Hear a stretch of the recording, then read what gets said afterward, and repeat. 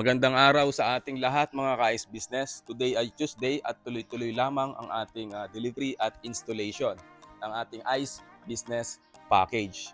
Today meron tayong installation going Capas Tarlac at Santa Maria, Bulacan.